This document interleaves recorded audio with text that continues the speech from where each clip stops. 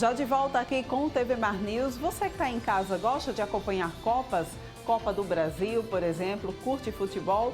Pois é. Agora, você já ouviu falar em Copa do Sushi?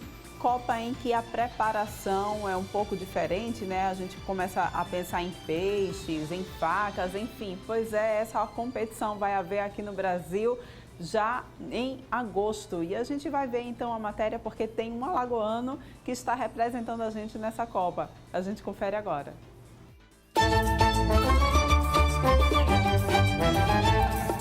Estamos há 4 meses da realização de uma Copa do Brasil e a preparação dos atletas é fundamental. Mas espera aí, no lugar de chuteiras e caneleiras, dolma e bandana, ao invés da bola, facas e pescados, é isso mesmo? Peixe? Para, volta tudo. Ah, tá, agora faz sentido. É que estamos falando da Copa do Brasil de Sushi, que este ano vai acontecer em Recife e promete premiar os 3 melhores chefes do país, levando o grande vencedor para a competição mundial que ocorrerá no Japão. E tá vendo esse cara aí? Este é o Felipe Sharp, a grande aposta alagoana para esta competição. Meu nome é Pedro Felipe Costa, mais conhecido como Felipe Sharp. Eu tenho 32 anos. Já estou no ramo de sushi já tem quase 7 anos, né?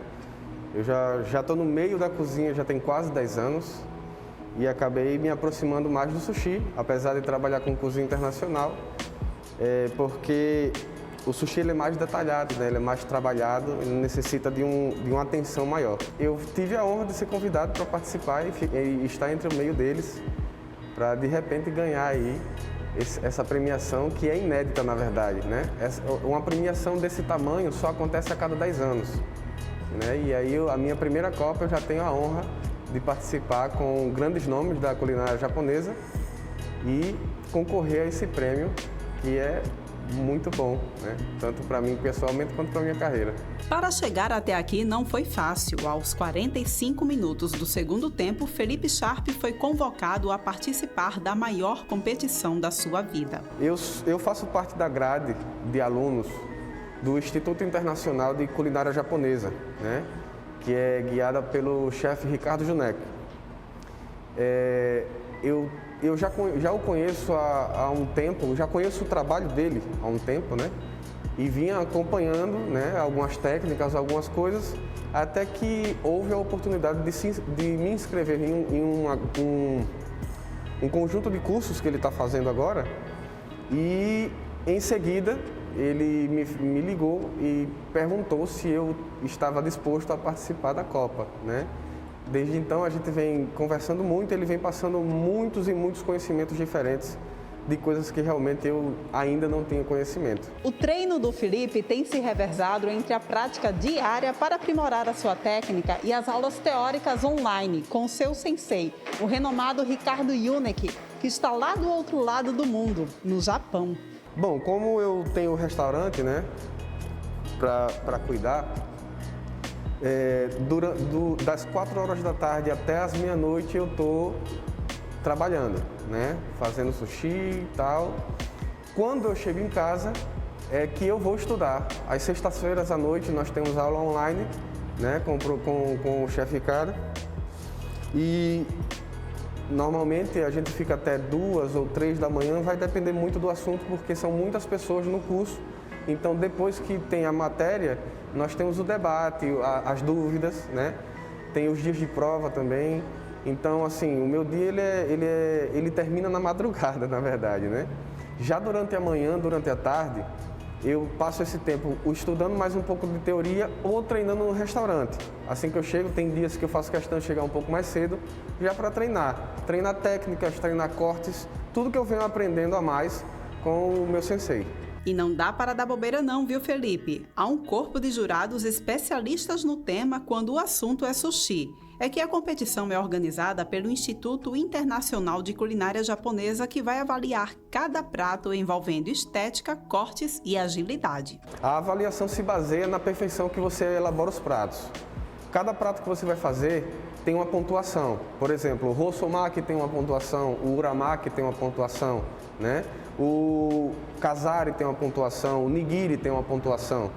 Então, além dos pratos que você tem que executar com perfeição, também tem a questão da montagem do prato, né? As flores que você coloca no prato, as esculturas que a gente faz na folha de bambu que a gente coloca no prato, tudo isso vai contar, né? Inclusive quando você vai abrir o peixe, por exemplo, né? Quando você vai porcioná-lo, né? O quanto você está perdendo, né? O quanto você está aproveitando, tudo isso conta. A partir do momento em que você chegue na bancada, a partir do momento em que você pega a sua Yanagbá e comece a fazer as preparações, você já está sendo avaliado pelo júri. Enquanto o dia D não chega, Felipe Sharp segue assim, entre livros, facas, peixes, treinando e sonhando com o troféu e a oportunidade de ir ao Japão, representar Alagoas numa Copa Mundial.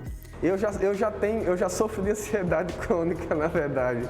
Então, quando eu fico pensando muito nisso, são dias que eu não durmo. Aí eu vou aproveitar a madrugada para estudar mais um pouco. E então, servidos?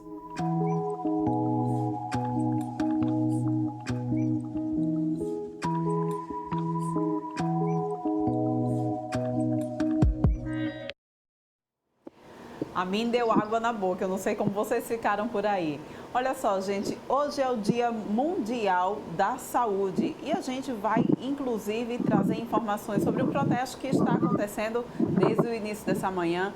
Um protesto em defesa do SUS. A gente recebe aqui via Skype Valéria Correia, ela que é presidente do Fórum em Defesa do SUS, está então fazendo esse protesto, um protesto a nível nacional. Valéria, muito bom dia para você. Bom dia, sim, é um evento nacional, todos os fóruns estaduais estão se mobilizando, porque hoje é o Dia Mundial da Saúde. E frente à crise da pandemia, essa crise sanitária, especialmente com o descontrole da pandemia no Brasil, hoje é dia da gente defender o Sistema Único de Saúde, defender as vidas, e dizer que é necessário que o governo federal tome medidas para controlar a pandemia.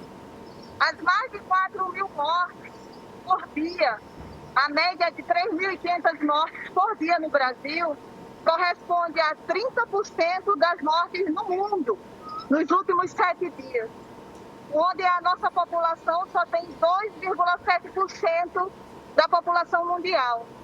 Na Índia, que é um país bastante populoso, acumula 17,8% da população mundial, as mortes, em média, diárias são de 360 pessoas. Então, o que está acontecendo no país, no Brasil, é realmente uma situação atípica, né? É fruto do descontrole da pandemia pelo governo federal, pela ação do governo federal, que conclama o povo a ir para a rua e não protege a população que precisa trabalhar, a população desempregada, a população que passa fome. Porque o auxílio emergencial de R$150, com o preço do gás de R$100, é impossível se manter em casa. Então, esse ato acontece em todo o país, em momentos diferentes, também de forma virtual ou presencial, com os protocolos de compromisso. O ato hoje, que a gente está fazendo em Maceió, pelo Fórum em Defesa do SUS, coordenado pela Frente Nacional contra a Privatização, em defesa das vidas. Hoje é um Dia Mundial da Saúde, é um dia de luto pelas vidas perdidas pela Covid-19, mas é um dia de luta em defesa das vidas, porque a situação do país, o prognóstico, inclusive do Michel Nicoletti, é de 5.000 mortes dias e estamos à beira de um colapso também funerário. Então, esse ato é em defesa das vidas e em solidariedade às famílias que perderam seus parentes, que todos nós, de alguma forma, afetados, a solidariedade e o luto a essas. Valéria, muito mais que um ato também em defesa da vida, eu acho que hoje também é um dia para que a gente possa refletir, fazer uma reflexão, o quanto que essa crise sanitária em todo o país, aqui no Brasil, ganhando um desdobramento ainda maior, infelizmente, traz consigo também uma crise política em todo o nosso país. E isso é o que tem trazido reflexos tão negativos, não só para a saúde da gente, mas também para a nossa política, para a nossa economia, para a visão que o país hoje tem no exterior. Exatamente. É falso dizer que existe uma dicotomia entre salvar vidas, enfrentar a pandemia, controlar a pandemia, ter medidas restritivas, acelerar a vacinação e, por outro lado, privilegiar a economia, né, o mercado. É falso essa dicotomia. Só se controla a economia se salvar vidas, se controlar a pandemia. Isso o mundo inteiro, todos os presidentes, os chefes políticos de todas as nações já compreenderam, né? Aqui, infelizmente, o representante maior da nação ainda insiste nessa dicotomia, chamando o povo para a rua. O papel do Estado, e isso aí em todo o mundo, e do Estado brasileiro, é proteger sua população contra a Covid, é proteger com medidas protetivas, né? Desde as medidas restritivas, e os cientistas são unânimes que a gente precisa ter, sob uma coordenação nacional, um lockdown, né? Ou seja, as medidas serem mais restritivas, né? Ainda mais, mas com 19 milhões agora famintos no país, porque a fome aqui de 19 milhões subiu, né? Já existia, o Brasil volta para o mapa da fome, né? Já estava voltando e agora com a pandemia voltou. Então é papel do Estado, e aí precisa o governo, essa crise política, né? Saber que o governo federal precisa compreender, e o presidente, que só se mantém vida, só se mantém a economia se controlar a pandemia. É isso que, por exemplo, o Biden, assim que assumiu, fez. São 3 milhões nos Estados Unidos de vacinação dia. Nós temos o maior e melhor sistema público de saúde do mundo. Temos o melhor, que é referência, o Programa Nacional de Imunização. Não é compreensível, não é aceitável que tantas mortes aconteçam. Não é aceitável. Não é aceitável. Se a gente tivesse um outro governo, se a gente tivesse um comando de controle da pandemia, certamente, né, muitas mortes seriam evitáveis. Valéria. E é uma crise, sim, e eu quero colocar aqui, infelizmente, mais uma vez, foi ontem aprovada uma lei, é o único país no mundo que vai vender vacina para o setor privado, que admitiu a venda da vacina para o setor privado. Então, o fura-fila, o Sistema Nacional de Imunização, e a imunização ser coletiva. Todo mundo compreende. Os estudiosos, epidemiologistas, a imunização é um processo coletivo que tem que ser coordenado. Isso vai atrapalhar a imunização coletiva no país, a possibilidade de venda ao setor privado, às empresas, da vacina. É um absurdo. A vida das pessoas vale igualmente. Não tem quem pode pagar, né?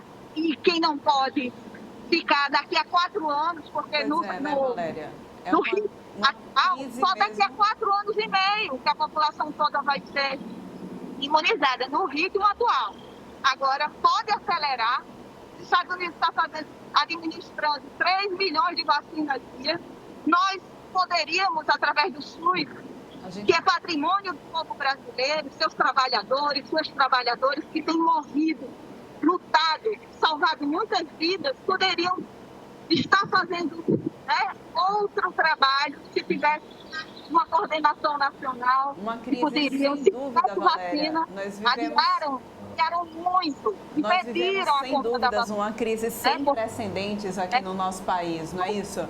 Olha, eu agradeço muito a tua participação aqui no TV Mar News, né? A gente aí fazendo essa cobertura, então, via Skype desse protesto que marca o Dia Mundial da Saúde, um protesto que está acontecendo a nível nacional em todos os estados. Valéria, muito obrigada pela tua participação aqui no TV Mar News. E olha só, gente, agora a gente volta ao vivo com o Fernando Palmeira, que vem trazendo informações para a gente a respeito da vacina solidária. A gente vai conferir, então, agora ao vivo. Fernando, muito bom dia para você.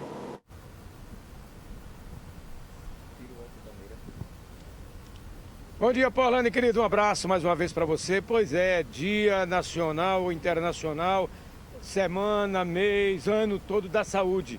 Saúde urgente e vacinação para nos livrarmos da pandemia. Um gesto nobre da Secretaria Municipal de Assistência Social em Maceió nos dá a oportunidade de servirmos aos mais carentes, aqueles que estão em estado de vulnerabilidade e ainda fica mais vulnerável ainda com a pandemia.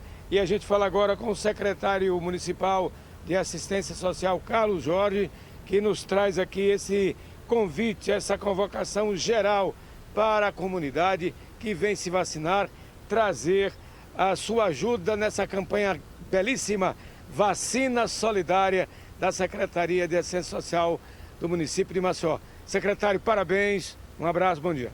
Bom dia, a gente aqui na Prefeitura de Maceió, na gestão do prefeito JHC, tem um lema, né? Gente cuidando de gente, e a gente quer que isso de fato se torne um valor.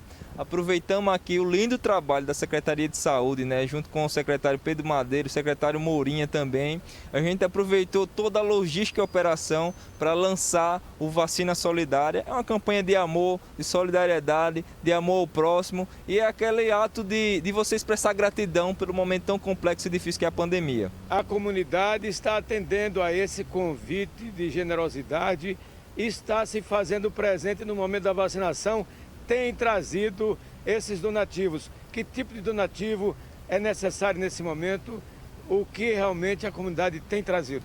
Só explicar um pouquinho, a vacina solidária, na logística da vacinação, ou se você estiver pertinho, você pode trazer 1 quilo de alimento, ou uma cesta básica completa, ou um item de higiene pessoal e limpeza, ou um kit de higiene pessoal e limpeza. Então, assim, a gente está aceitando os alimentos não perecíveis, né, de forma geral, e também esses itens de higiene e limpeza, conforme seu coração determinar.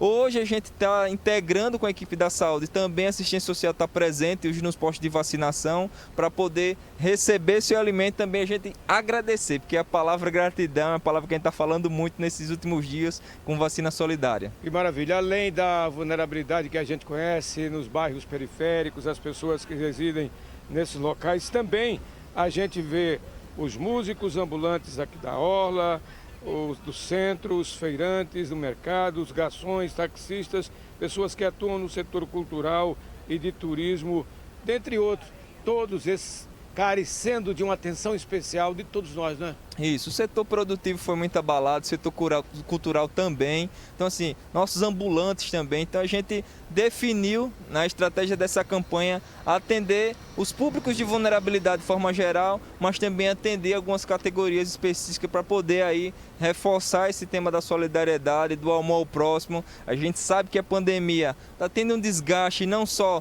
na saúde, né, que é o principal dos temas, mas também na renda, na parte socioeconômica dessas famílias. Então, a campanha vem com esse foco, para dar o suporte a essas famílias e atender com agilidade e com solidariedade tamanha que a gente aqui, só para ter uma estimativa, a gente já está chegando aí a 2 toneladas de alimento. É maravilhoso. Iniciamos a campanha na sexta-feira de Páscoa. Então, assim, as pessoas estão retribuindo. É uma forma de agradecer. Não existe nenhuma troca, tá, gente? Não é, doei, vou ser vacinado. Não existe isso. É uma campanha de amor. Você aproveita toda a logística. Ou também, se não for vacinado, não tiver mesmo no perfil da idade, você pode vir nos postos de vacinação.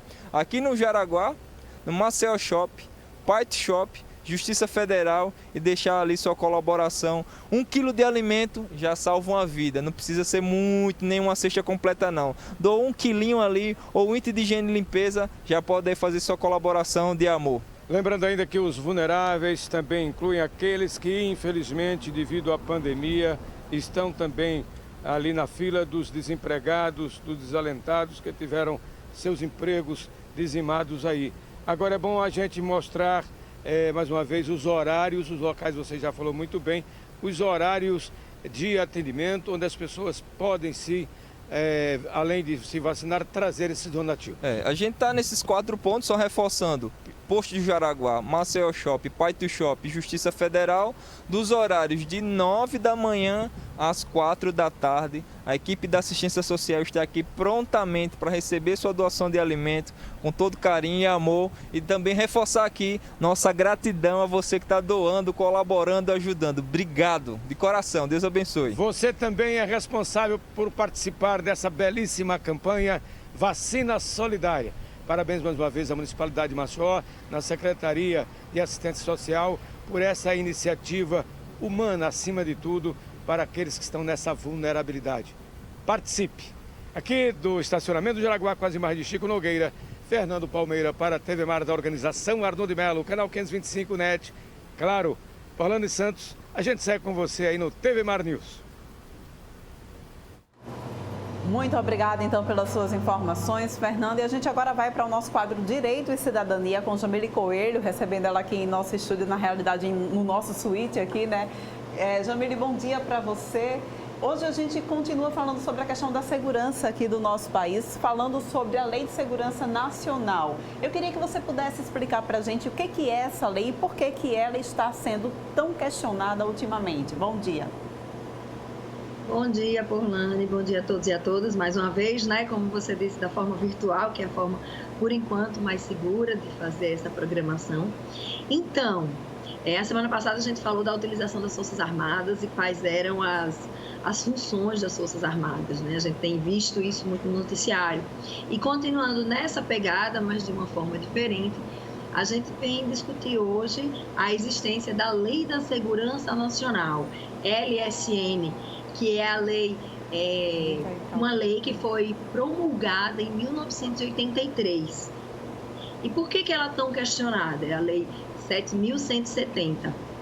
Por que ela é tão questionada, Porlane? Essa lei, ela traz para a gente, ela define os crimes contra a segurança nacional, né? Então, a questão do país, a ordem política e social, e aí a gente já traz para o ambiente interno, e estabelece o processo de julgamento daquelas pessoas que estão dentro que são albergadas e alcançadas por essa lei. E o que é que está sendo tão levantado? Como eu falei no começo, essa lei de 1983, ou seja, num período antes da Constituição Federal. Nossa Constituição, ela data de 1988, nós comemoramos o aniversário dela em outubro do ano passado. E desde a redemocratização, ou seja, de 88 para cá, e o que é que a gente chama de redemocratização? Todo esse período que a gente vem vivendo com eleições diretas, né? Teve o movimento Direta Já, teve a questão da promulgação da própria Constituição Federal em oposição, digamos assim, vamos colocar oposição entre aspas, a um regime militar que a gente vinha, no qual a gente não podia eleger nossos representantes. E aí, continuando, por que ela está sendo tão questionada? Quando a gente tem uma legislação ou uma norma que é anterior a 1988, a gente discute se ela é recepcionada ou não recepcionada pela Constituição. E muitos partidos ou outras pessoas legítimas, elas têm questionado a utilização dessa lei para processar pessoas que criticam o presidente da República, que criticam outras autoridades federais. Elas têm sido usadas em inquéritos que investigam essas manifestações e comentários contrários ao governo, aquelas investigações e ataques ao STF, que é o famoso inquérito das fake news, que se discute ali quem seria a parte legítima para abrir esse inquérito, se o próprio STF, se o Ministério Público. E por que ela está sendo questionada? Como ela é de antes da Constituição Federal, ela traz outras normas de processamento. Para você ter uma ideia, tudo que a gente utiliza no judiciário, a gente tem um normativo, né? Nas nossas relações do dia a dia, por exemplo, a gente tem o direito civil, O direito civil, ele trata de casamento, ele trata de sucessões, ele trata aí de contrato de trabalho, que não é uma relação de emprego, né? Então, assim, quando você compra alguma coisa, quando você vende alguma coisa, quando você quer, quando você paga uma conta de energia, isso tudo ela é regida pelo direito civil. Já o que toca aos crimes, ela é regida pelo direito penal, né? As nossas ações são regidas pelo Código Penal. Então, nós temos um código mesmo, que é um conjunto de normas. Então, constitui crime, fazer isso, fazer aquilo. Então, homicídio é um tipo de crime que ele está no Código Penal. Para você processar alguém, você precisa seguir as regras do Código de Processo Penal em se tratando de crime, do Código de Processo Civil em se tratando de alguma questão que seja do âmbito civil. Então, você tem essa segurança jurídica, certo? Na Lei da Segurança Nacional, ela tipifica como crime, mas ela afasta, de alguma forma, a incidência do Código Penal.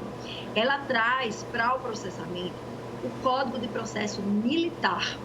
E aí a gente já traz à tona aquele assunto que a gente falou ano passado, né? As polícias militares, as polícias civis dos estados e as forças armadas, elas estão submetidas ao Código Militar e ao processo militar. Já nós, civis, que não servimos as Forças Armadas, e aí a Exército, a Marinha, a Aeronáutica, ou Polícia Civil e Polícia Militar dos estados, nós estamos, em casos de crimes, submetidos ao Código de Processo Penal. E por que que isso está sendo ainda questionado? Porque o Código de Processo Militar, ele é um pouco mais rígido em relação aos civis. Então, ele não abraça todas as garantias constitucionais, entendeu? Que é o devido processo legal, que é a ampla defesa, que é o contraditório, que é o quê? Tudo que eu falo, eu tenho chance de outra pessoa rebater. E o juiz, ao final, vai levar em consideração todos os outros argumentos. Então, ele tem critérios mais leves para uma prisão preventiva, ele tem critérios mais leves, eu digo, no sentido de que você não precisa cumprir tantos requisitos para poder ser preso preventivamente, ou para ficar, ou você não tem o juízo de custódia, os juízos das garantias que hoje tem no processo penal. Então, tem muitos... A gente se pergunta, né? A gente tem visto que, é claro, o setor jurídico, a justiça, as nossas leis, a gente sempre vem dizendo aqui sobre a necessidade da atualização de todo esse processo, né? E aí a gente se pega em 2021 falando sobre um processo, uma lei que é diante da nossa Constituição. Um retrocesso, ao meu ponto de vista. Isso. Mas aí o que acontece? A gente também fica numa situação de não poder ter vácuo legislativo. Então, o Supremo Tribunal Federal, através de leis, de ações, que têm sido entradas, dado entradas nele, que é ADPF, Ação de Descumprimento de Preceito Fundamental, ou seja, de preceitos fundamentais que constam na Constituição, que estão na Constituição, e que até hoje o Congresso Nacional, lembra ali que a gente conversou sobre as funções, né, dos poderes, então assim, a Câmara Legislativa, Congresso Nacional, Câmara dos Deputados, junto com o Senado, se manteve silente. O que a gente precisa? É que o Congresso Nacional atualize essa lei. Ou seja, ele faça uma lei que não seja inconstitucional, que não vá contra a Constituição. A gente não chama essa lei, por enquanto, de inconstitucional, porque ela é anterior à Constituição. Então, a gente chama que ela não tenha sido recepcionada ou não tenha sido recepcionada integralmente. Então, essas ações, por isso que o STF tem se pronunciado sobre ela, lembrando que o Poder Judiciário, no caso o STF, ele só age mediante provocação, ou seja, alguém com legitimidade para entrar com determinado tipo de ação entra, e aí nós temos essas ADPFs por alguns partidos, PSDB, PSOL, enfim. E um está questionando, afaste a incidência dessa lei por inteiro. Outros estão questionando, afaste a incidência dessa lei em pedaços. Porque no que fica tudo isso no final? A gente tem que garantir, conforme nossa Constituição, e aqui é bom que a gente fale, porque a gente está num canal, né, na imprensa, a liberdade de expressão, exatamente, a liberdade de pensamento. entendeu? Você não pode xingar o outro, caluniar o outro, difamar. Você não pode cometer outros crimes com a sua liberdade de expressão e de pensamento. Mas você deve ser livre, e eu falo imprensa e pessoas que não são da imprensa, para manifestar suas opiniões, porque senão você corre risco de ir além da punição da Lei da Segurança Nacional. Você corre o risco de qualquer pessoa que emita uma opinião ser processada de uma forma mais rigorosa por emitir a sua opinião. E o que é que o STF tem tentado fazer? Não, eu entendo que essa lei ainda se aplica, porque a gente não tem outra legislação para falar sobre isso. É importante que a ordem política e social seja garantida, então, mas nós temos que preservar o processo democrático, a liberdade de opinião, a liberdade de pensamento. Então, para que você realmente seja processado por aquela lei, tem que ter uma conotação política mesmo. Tem que passar a crítica. A pessoa que está sendo processada, ela tem que querer se beneficiar politicamente, entendeu? Daquela circunstância, de quem ela está, contra quem ela está bradando aí a sua opinião crítica, que é o direito de todos nós. Pois é, Jamile, olha, muito obrigada mais uma vez aqui pela tua participação no TV Mar News. A gente volta a se encontrar semana que vem, talvez ainda de maneira digital, tá bom? À distância. Um beijo bem grande para você.